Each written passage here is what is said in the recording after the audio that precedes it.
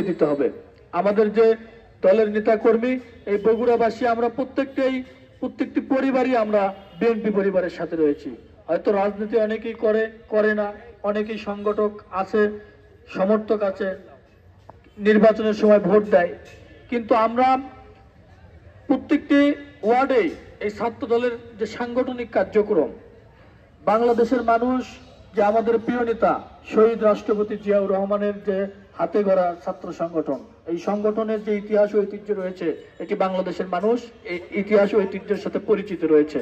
কিন্তু এই তরুণ প্রজন্মের যে ছাত্র সমাজ সুদীর্ঘ 17 বছর বাংলাদেশের মানুষকে যে মিথ্যা ইতিহাস, শেখ হাসিনা অন্যায়কে প্রতিষ্ঠিত করে গিয়েছে, মিথ্যা ইতিহাসকে যে প্রতিষ্ঠিত করে গিয়েছে বাংলাদেশের মানুষকে, এবং বিভিন্ন অপপ্রচার, বিভিন্ন ইতিহাসের সাথে সামঞ্জস্যপূর্ণ নেই এমন কিছু বিষয়গুলো কিন্তু এই তরুণ প্রজন্মের মাঝে তারা প্রতিষ্ঠিত করে গিয়েছে।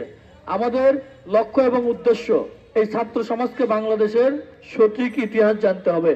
এই ছাত্র সমাজকে বাংলাদেশ বিনির্মাণে শহীদ রাষ্ট্রপতি জিয়াউর রহমানের অবদান কি, দেশনেত্রী বেগম খালেদা জিয়ার অবদান কি, এবং আমাদের যে প্রিয় নেতা বগুড়াবাসীর অহংকার জনাব তারেক রহমানের অবদান কি, বাংলাদেশের মানুষের জন্য জিয়া পরিবারের অবদান কি, এবং ছাত্র দলের কি অবদান রয়েছে, এই তরুণ প্রজন্মকে জানতে হবে।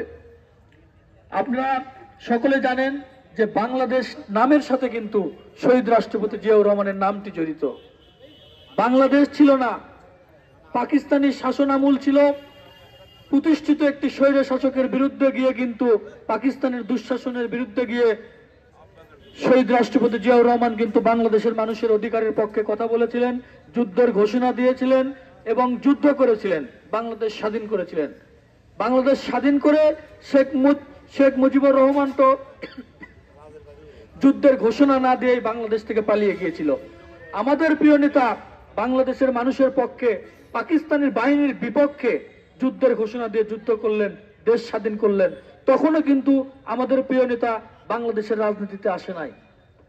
দেশের প্রয়োজনে বাংলাদেশ যখন শেখ মুজিবুরের শাসনামল 1971 থেকে 75 পরবর্তী, অনেকেই মুরব্বী যারা রয়েছেন আপনারা জানেন, ইতিহাসের সবচেয়ে জঘন্যতম শাসনামল ছিল।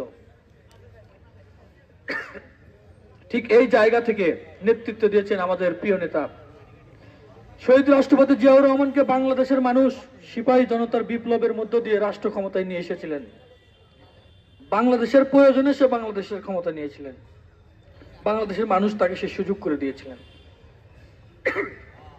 সম্মানিত উপস্থিতি, আমরা যে লক্ষ্য এবং উদ্দেশ্য নিয়ে আপনাদের কাছে এসেছি, আমরা চাই এই নামুজার ইউনিয়নের 9টি ওয়ার্ডে ছাত্রদল সুসংগঠিত হবে, ছাত্রদল ঐক্যবদ্ধ হবে, বিএনপি ফাদার সংগঠনকে সহযোগিতা করবে, ছাত্রদলের যে শিক্ষার মান উন্নয়নে ভূমিকা পালন করবে,